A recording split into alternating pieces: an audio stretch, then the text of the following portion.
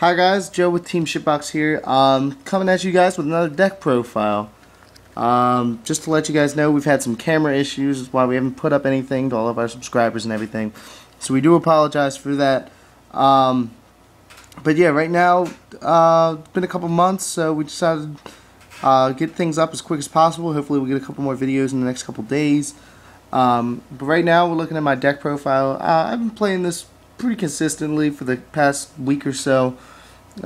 Just a fun deck to play. I have a couple others that I would play, seriously competitively. But this one I've just been kind of messing around with, and with all the Chaos Dragons and everything, I decided to go with a Disaster Dragon build. I haven't seen it in a long time, and it compares well with Insectors. It plays against them. I've played it a few times and won probably a little more than half the games. But yeah, let's dive right in. To start you guys off, 3 Dark Horse. They're one of the main beaters of the deck. Can take out a lot of monsters in the game. I mean, not much can get over its 3,000, and with the ability to summon it using the Dark Creator and everything. And it's also trade-inable and future fusionable, however you would say that, and Allure Darkness target. So I mean, there's a lot you can work with in it. It's a really good fit in the deck. Next card, 3 Infect Veilers. This card today is buffs. With the change in priority, I mean, I consider running 3 of these over any max Cs, just because it literally can not necessarily stop a turn, but like if your opponent, say for Insectors, I did this a lot against our teammate Dan. He'd play that Dragonfly, hoping to get that huge playoff, and Infect Veiler literally shuts down his turn and makes Dragonfly essentially useless. I mean, his biggest play was Gigamantis off of that. I mean, and most of the time I could run, if he didn't get that off, I could run over it the next turn, because I still had all the support I needed without getting everything destroyed. Next card, the next big card in the deck is I run 2 Red Eyes Darkness. I only run 2. I think it can clog in your hand pretty easily, especially in this deck when you really don't run that many low-level dragons. So you want him in the graveyard more than anything. 2 Phantom of Chaos. This card is ridiculous in this deck. There's a lot of things in the graveyard that can get this card really, really great effects. I mean, even if like Dad's in the graveyard or Chaos Sorcerer's in the graveyard, I mean, you have a lot there that even if it is just for one turn, it can make huge plays. Essentially, the biggest one being made off the Dark Creator, which you can go Dark Creator, Red Eyes, Dark Horse. Like next card, as I was just saying, Dark Creator. Real easy to get out, as many as Darks there in here, and especially with Future Fusion, I mean, it's just like any Disaster Dragon, or whatever you want to call it, Hopeless Dragon, Disaster Dragon. Just like any of those combos, I mean, I think it has only gotten better. It's just not as quick as some of the decks today. 2 Dark Refer.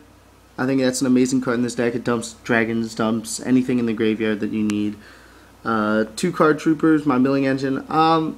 I contemplated running Lila's over him just to give me more lights, but I think the plus that you get from Card Trooper is better than what you get from Lila, especially in this deck when I went with more darks, and we'll get into that later. But yeah, I mean, drawing a card is always great. Armageddon Knight, I think he's a great card. Sanguinable. I mean, when I used to run Mystic Tomato in here, he's Mystic Tomatoable, but I mean, anything that dumps those darks in the graveyard is good in this deck. X-Dragon, beefy attacker, and deck Devi target. So, I mean, anything like low-level monsters, I mean, low-attack monsters are more than numerous in the game today. The only thing you're not going to see them in is seriously like Chaos Dragon.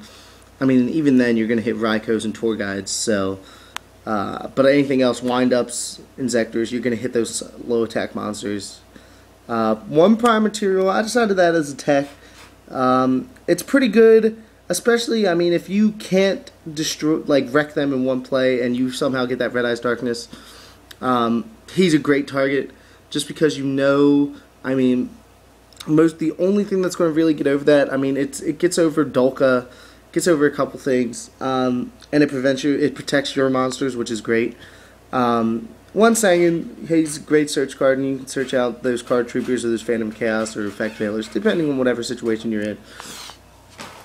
I have 1 Light Pulsar, 1 Dark Flare, I was contemplating even just taking the Light Pulsar out, but I didn't think I would have enough lights if I took him out to run 2 Dark Flare. But I like the Dark Flare better in this deck. He's a Dark Dragon. He has the dump effect where you can dump a dragon from your hand, dragon from your deck. And any graveyard removal is great in the game today as well. So that was kind of my choice there. I guess I could play around with it otherwise. Next, Chaos Sorcerer. My 1 Chaos Monster. Obviously, if I had accessibility to a BLS, it would be easily replaced there. I mean, but he could target anything. He gets rid of big monsters, all sorts of stuff, easy to get out. Dad. He's Dad. I don't think there's much explanation needed. I mean, if you play him, he gives you immediate advantage. And my last little card, one of my favorite cards in the game, is the Rainbow Dark Dragon. Have yet to get it off, but I'm crossing my fingers one day that I will. Like I said, it's a fun deck, so I decided to put him in here. He's such a cool card. And I hope maybe one of these days I'll build that Rainbow Dragon Turbo that they decided to that runs pretty consistently in Japan. On to spells. 3 trade-in, pretty self-explanatory. 3 MSTs, Future Fusion, Gold Sark, Dark Hole, Heavy, Monster Reborn, and Allure of Darkness. They're all pretty self-explanatory. Any draw power is good in the game. Future Fusion should be banned. I think that makes, I mean, literally, you get it with Dragon Chaos and you're pretty much going to win that game. But other than that, everything's pretty self-explanatory in the matches.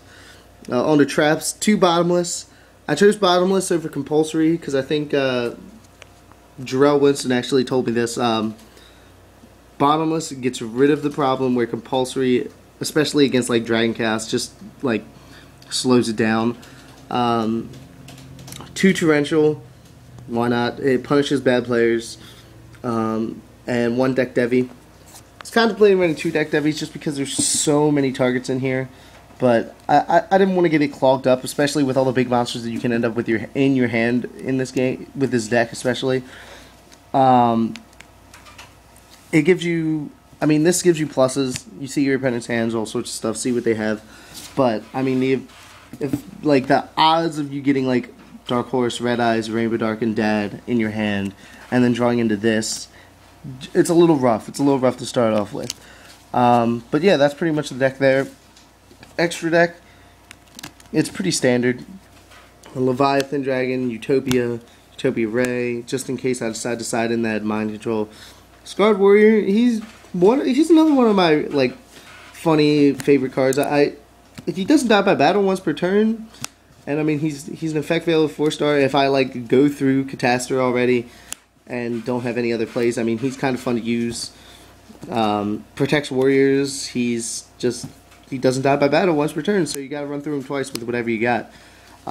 Brio, Black Rose, Dark End, Light End.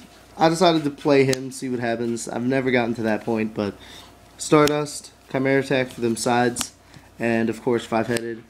He needs to be in the deck because of that Future Fusion nonsense. But yeah, so that's basically the deck, guys. Hope maybe we'll have some matches of it up pretty soon, but other than that, thanks for watching, guys. Please rate, comment, subscribe, and give us some feedback. I always love to hear feedback if you guys have any thoughts. You can visit our Twitter now. We have a Team ShitboX Twitter. You can subscribe to that, but as always, you know, keep watching, keep showing us videos, keep subscribing, all that good stuff. We love hearing from you guys. So thanks again. This is Joe from Team ShitboX signing out.